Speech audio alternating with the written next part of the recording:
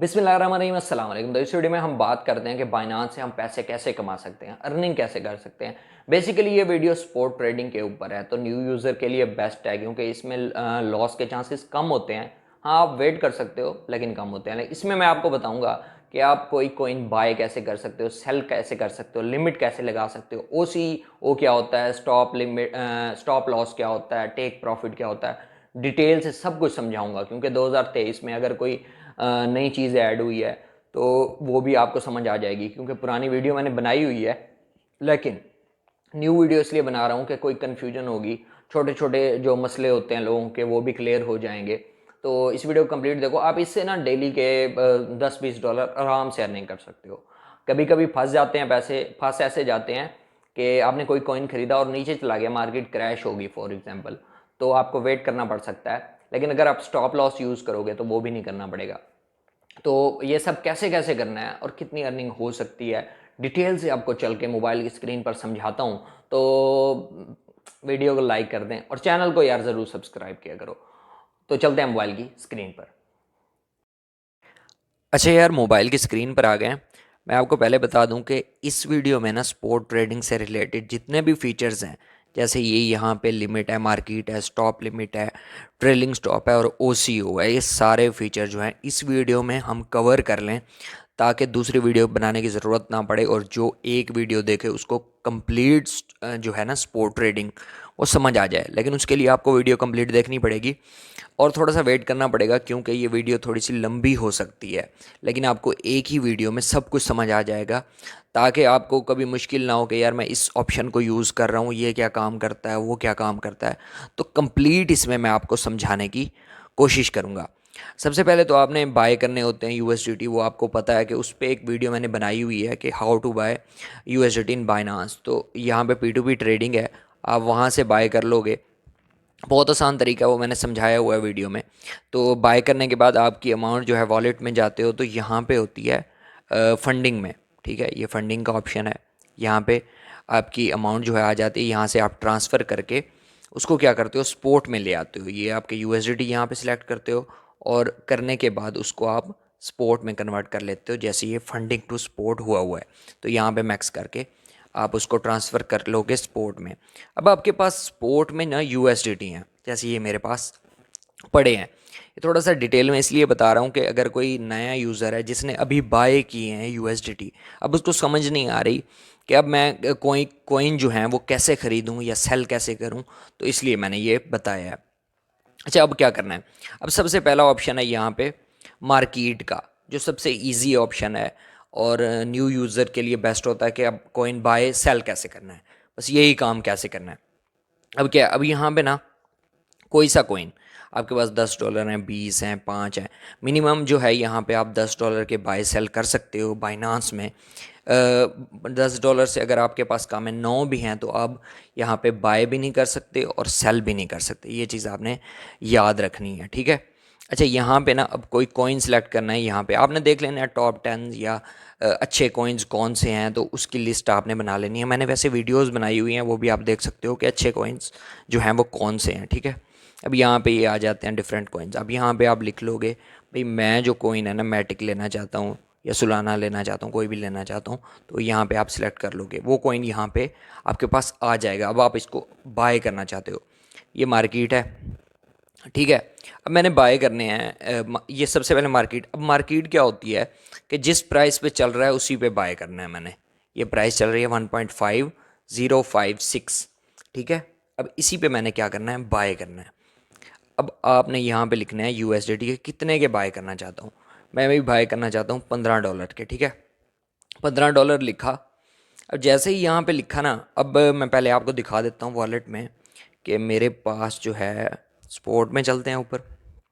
यहाँ पे देखो कि मैटिक मेरे पास पहले पड़े हैं 5.4 और $8 के यहाँ पे पहले पड़े हुए हैं। अब हम और बाय करने जा रहे हैं, ठीक है। मैं आपको समझाने के लिए ये सब कर रहा हूँ। अच्छा, मार्केट सिलेक्ट कर लिया मैंने भी, $15 के बाय करने हैं मार्केट प्राइस के ऊपर। जैसे ही मैं बाय पे क्लिक करूँगा ना, अब ये $15 के बाय हो गए हैं। वॉलेट में चलते हैं। अब यहाँ पे आप देखें कि ये $23 के हो गए हैं और मेरे पास मैटिक जो हो गए हैं वो 15 हो गए हैं, ठीक है। अब इसको सेल करना है।